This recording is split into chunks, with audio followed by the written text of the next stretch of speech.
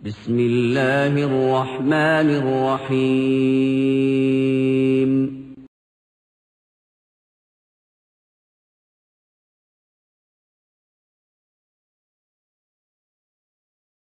الحمد لله رب العالمين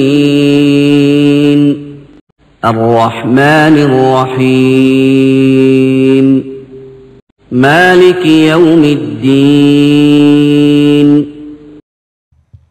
Alhamdulillah wassalatu wassalamu ala rasulillah wa ala alihi wa sahbihi al-faizina biridallah wa man ahsanu qawlan mimman da'a ila Allah wa amila salihan wa qala innani minal muslimin. വേദിയിലിരിക്കുന്ന ബഹുമാന്യരെ, പ്രിയപ്പെട്ട സഹോദരന്മാരെ, സഹോദരിമാരെ, അസ്സലാമു അലൈക്കും. സർവേശ്വരനായ സൃഷ്ടാവിൽ നിന്നുള്ള സമാധാനമുണ്ടാകട്ടെ. ഇസ്ലാം കലാപമാണ്, കാരുണ്യമല്ല എന്ന പ്രചരണം ശക്തമായി കൊണ്ടിരിക്കുന്ന ഈ കാലഘട്ടത്തിൽ ഇസ്ലാം കലാപമല്ല കാരുണ്യമാണെന്ന വിഷയത്തിന് വളരെയേറെ പ്രാധാന്യവും പ്രസക്തിയുമുണ്ട്. ലോകത്തിലെ ഒട്ടുമിക്ക മനുഷ്യരും ഇസ്ലാമിനെ മനസ്സിലാക്കുന്നത് ഇസ്ലാമിൻ്റെ അടിസ്ഥാന പ്രമാണങ്ങളായ പ്രപഞ്ചനാഥനായ ദൈവത്തിൽ നിന്നും അവതീർണമായ ഖുർആനിക വചനങ്ങളുടെയും ആ ദൈവത്തിൻ്റെ കൽപ്പന പ്രകാരം ഇസ്ലാം നമുക്ക് വിശദീകരിച്ചു തന്ന അന്ത്യപ്രവാചകൻ മുഹമ്മദ് നബി സല്ലല്ലാഹു അലൈഹി വസല്ലമയുടെ നിർദ്ദേശങ്ങളുടെയും അടിസ്ഥാനത്തിലല്ല, മറിച്ച് ഇസ്ലാമുമായി യാതൊരു ബന്ധവുമില്ലാത്ത കാര്യങ്ങൾ ചെയ്യുന്ന കുറേ ആളുകളുടെ പ്രവർത്തനങ്ങളുടെയും ഇസ്ലാമിൻ്റെ വക്താക്കളെന്ന് സ്വയം അവകാശപ്പെടുന്ന കുറേ മതപുരോഹിതരുടെ വ്യാഖ്യാനങ്ങളുടെയും അന്ധമായ ഇസ്ലാമിക വിരോധം മൂലം മഹാഭൂരിപക്ഷം മാധ്യമങ്ങളും നടത്തുന്ന നുണപ്രചരണങ്ങളിലൂടെയുമാണ് ഇസ്ലാമിനെ ഒട്ടുമിക്ക മനുഷ്യരും ഉണ്ടാക്കുന്നത്. മദ്യപിച്ച് വാഹനമോടിച്ച് അപകടമുണ്ടാക്കിയ ഡ്രൈവറുടെ ഡ്രൈവിങ്ങിൻ്റെ അടിസ്ഥാനത്തിൽ ഒരു റോൾസ് റോയ്സ് കാറിനെ വിലയിരുത്തുന്നത് പോലെയാണ് ഇസ്ലാമുമായി യാതൊരു ബന്ധവുമില്ലാത്ത പ്രവർത്തനങ്ങൾ ചെയ്യുന്നവരുടെ പ്രവർത്തനങ്ങളുടെ അടിസ്ഥാനത്തിൽ ഇസ്ലാമിനെ വിലയിരുത്തുന്നത്. ഒരു കുഞ്ഞിന് ജന്മം നൽകിയ വ്യക്തിയെ പിതാവെന്ന് വിളിക്കാമെങ്കിലും പിതാവിൻ്റെ ഉത്തരവാദിത്തങ്ങളും കടമകളും നിർവഹിക്കാത്തൊരു വ്യക്തിയെ പിതാവെന്ന് വിളിക്കുവാനോ അയാളുടെ പ്രവർത്തനങ്ങളുടെ അടിസ്ഥാനത്തിൽ പിതാവെന്ന ഉന്നത സ്ഥാനത്തെ വിലയിരുത്തുവാനോ കഴിയില്ല. ഒരു സ്ത്രീയെ വിവാഹം കഴിച്ച വ്യക്തിയെ ഭർത്താവെന്ന് വിളിക്കാമെങ്കിലും ഭർത്താവിൻ്റെ ഉത്തരവാദിത്തങ്ങളും കടമകളും നിർവഹിക്കാത്ത വ്യക്തിയെ ഒരു ഭർത്താവെന്ന് വിളിക്കുവാനോ നല്ലൊരു ഭർത്താവെന്ന് വിളിക്കുവാനോ അയാളുടെ പ്രവർത്തനങ്ങളുടെ അടിസ്ഥാനത്തിൽ ഭർത്താവെന്ന ഉന്നത സ്ഥാനത്തെ വിലയിരുത്തുവാനോ സാധിക്കുകയില്ല.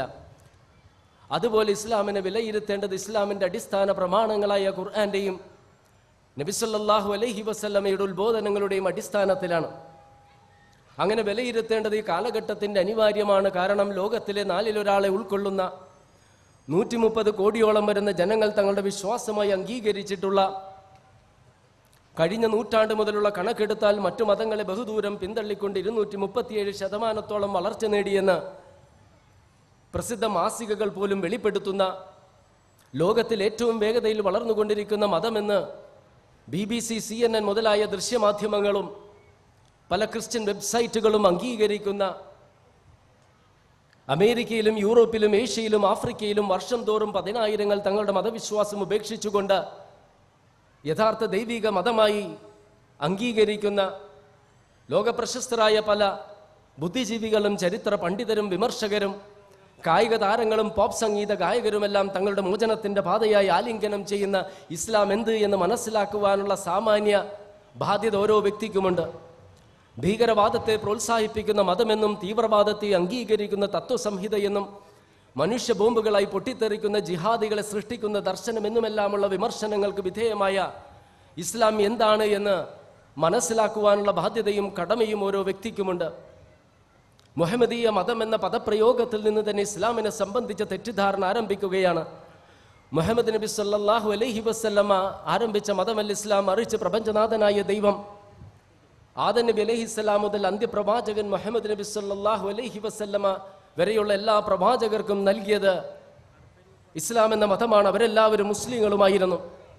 ഏകനായ ദൈവത്തെ മാത്രം ആരാധിക്കുക, അവനോട് മാത്രം പ്രാർത്ഥിക്കുക, അവനോട് മാത്രം ദൈവിക സഹായം തേടുക, അവൻ്റെ മുൻപിൽ മാത്രം ശിരസ് കുമ്പിടുക, അവൻ കൽപ്പിച്ച നന്മകൾ ചെയ്യുക, അവൻ വിരോധിച്ച തിന്മകളിൽ നിന്ന് മാറി നിൽക്കുക, മരണാനന്തരം മനുഷ്യനെ ഉയർത്തെഴുന്നേൽപ്പിക്കുകയും നന്മക്കനുസൃതമായ പ്രതിഫലവും തിന്മക്കനുസൃതമായ ശിക്ഷയും നൽകുമെന്നാണ് എല്ലാ പ്രവാചകരും ഉത്ബോധിപ്പിച്ചതും നിർദ്ദേശിച്ചതും. ലോകത്ത് കലാപങ്ങൾ ഉണ്ടാകാതിരിക്കണമെങ്കിലും കാരുണ്യം നിലനിൽക്കണമെങ്കിലും ഒരു ദൈവം ഉണ്ടാകണമെന്ന് അംഗീകരിക്കുന്നവരാണ് എല്ലാവരും. ദൈവവിശ്വാസത്തെ അംഗീകരിക്കുന്നവരാണ്.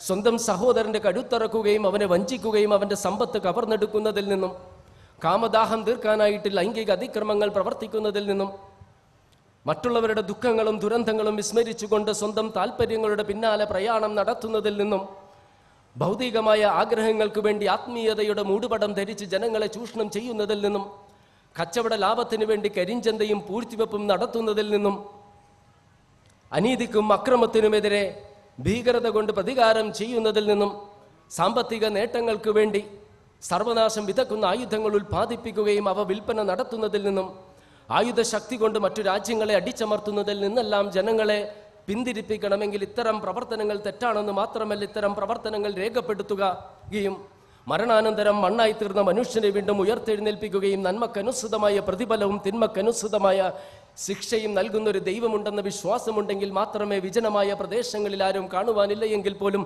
തെറ്റുകുറ്റങ്ങളിൽ നിന്നും മനുഷ്യർ മാറി നിൽക്കുകയുള്ളൂ. അങ്ങനെയുള്ള ദൈവം ആരായിരിക്കണം? ജനിക്കുകയും മരിക്കുകയും ചെയ്തൊരു വ്യക്തിക്ക് അങ്ങനെയുള്ളൊരു ദൈവമാകാൻ സാധിക്കുകയില്ല. ജീവനില്ലാത്ത വസ്തുക്കൾക്കും അങ്ങനെയുള്ള ദൈവമാകുവാൻ സാധിക്കുകയില്ല.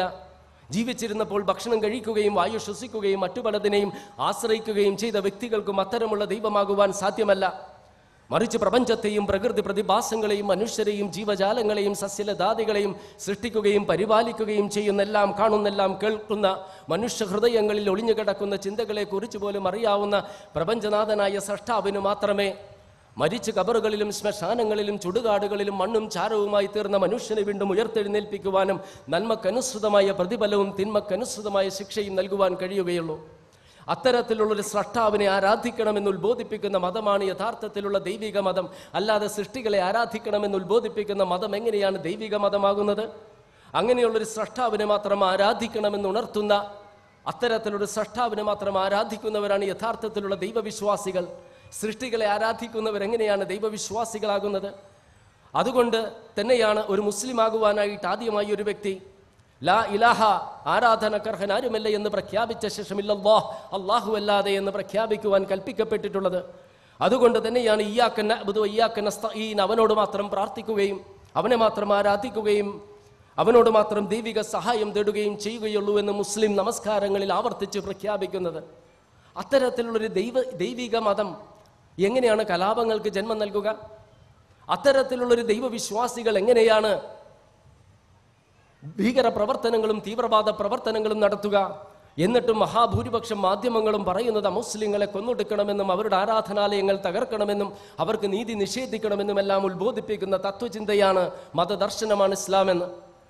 മൻ ഖതല നഫ്സൻ ബിഗൈരി നഫ്സിൻ ഔ ഫസാദിൻ ഫിൽ അർളി ഫകഅന്നമാ ഖതല അന്നാസ ജമിയ വമൻ അഹ്യഹാ ഫകഅന്നമാ അഹ്യ അന്നാസ ജമിയ. ഭൂമിയിൽ അതിക്രമം പ്രവർത്തിച്ചതിൻ്റെ പേരിലോ ഒരു നിരപരാധിയെ വധിച്ചതിൻ്റെ പേരിലോ അല്ലാതെ ഒരു ജീവൻ എടുക്കുന്നത് മൊത്തം മനുഷ്യ സമൂഹത്തെയും വധിക്കുന്നതിന് തുല്യമാണെന്നും ഒരു ജീവൻ രക്ഷിക്കുന്നത് മൊത്തം മനുഷ്യ സമൂഹത്തെയും രക്ഷിക്കുന്നതിന് തുല്യമാണെന്ന് ഉത്ബോധിപ്പിക്കുന്ന 5-ാം അധ്യായത്തിലെ 32-ാം വചനത്തിലൂടെ ഉത്ബോധിപ്പിക്കുന്ന ഈ മഹത്തായ ഖുർആന്റെ അനുയായികൾക്ക് എങ്ങനെയാണ് നിരപരാധികളെ വധിക്കുവാൻ സാധിക്കുക? ഒരു ജനതയോടുള്ള വെറുപ്പ്, അവരോട് അതിക്രമം കാണിക്കുവാൻ നിങ്ങളെ പ്രേരിപ്പിക്കരുതെന്ന് 5-ാം അധ്യായത്തിൽ 8-ാം വചനത്തിലൂടെ ഉത്ബോധിപ്പിക്കുന്ന ഈ മഹത്തായ ഗ്രന്ഥത്തിന്റെ അനുയായികൾക്ക് എങ്ങനെയാണ് ശത്രുക്കളോട് പോലും അതിക്രമങ്ങൾ പ്രവർത്തിക്കുവാൻ പറ്റുക? വലാ തസുബ്ബുല്ലദീന യദ്ഊന മിൻ ദൂനില്ലാഹ്, മറ്റുള്ളവർ ആരാധിക്കുന്ന വസ്തുക്കളെ അപമാനിക്കുകയോ അവഹേളിക്കുകയോ അരുത് എന്ന 6-ാം അധ്യായത്തിലെ 108-ാം വചനത്തിലൂടെ കൽപ്പിക്കുന്ന ഈ മഹത്തായ ഗ്രന്ഥത്തിന്റെ അനുയായികൾക്ക് എങ്ങനെയാണ് മറ്റുള്ളവരുടെ ആരാധന വസ്തുക്കളെ തകർക്കുവാൻ കഴിയുന്നത്? വലൗലാ ദഫ്ഉല്ലാഹി الناس ബൗലഹും ബിബൗലിൻ ലഹുദ്ദിമത് സ്വബാമി വബിയം വസലവാത് വമസാജിദ് യുദ്കർ ഫീ ഇസ്മുല്ലാഹി കസീറാ. അല്ലാഹു ചിലരെ കൊണ്ട് തടഞ്ഞില്ലായിരുന്നുവെങ്കിൽ ക്രൈസ്തവ ദേവാലയങ്ങളും യഹൂദരുടെ സിനഗോഗുകളും സന്യാസ മഠങ്ങളും തകർക്കപ്പെടുമായിരുന്നുവെന്ന് 22-ാം അധ്യായത്തിലെ 39-ാം വചനത്തിലൂടെ കൽപ്പിക്കുന്ന ഈ മഹത്തായ ഗ്രന്ഥത്തിന്റെ അനുയായികൾക്ക് എങ്ങനെയാണ് ഇതര മത വിഭാഗക്കാരുടെ ആരാധനാലയങ്ങൾ നശിപ്പിക്കുവാൻ കഴിയുന്നത്? അമുസ്ലിങ്ങളോട് നീതി ചെയ്യുന്നതിനെ അള്ളാഹു വിലക്കുന്നില്ല, നീതി ചെയ്യുന്നവരെ അള്ളാഹു ഇഷ്ടപ്പെടുന്നുവെന്ന് 60-ാം അധ്യായത്തിൽ 8-ാം വചനത്തിലൂടെ പ്രഖ്യാപിക്കുന്ന ഈ മഹത്തായ ഗ്രന്ഥത്തിന്റെ അനുയായികൾക്ക് എങ്ങനെയാണ് അമുസ്ലിങ്ങളോട് അനീതി പ്രവർത്തിക്കുവാൻ സാധിക്കുന്നത്? നിന്റെ സമുദായം ഒരു തെറ്റ് ചെയ്യുന്നു, അത് തെറ്റാണ് എന്ന് പറയുന്നില്ല എങ്കിൽ അതാണ് വർഗീയത എന്ന് പഠിപ്പിച്ച പ്രവാചകന്റെ അനുയായികൾക്ക് എങ്ങനെയാണ് വർഗീയവാദികളാകുവാൻ സാധിക്കുന്നത്? ലൈസ മിന്നാ മൻ ദഅ ഇലാ അസബിയത്തിൻ വഖാതല ഇലാ അസബിയത്തിൻ വമാത ഇലാ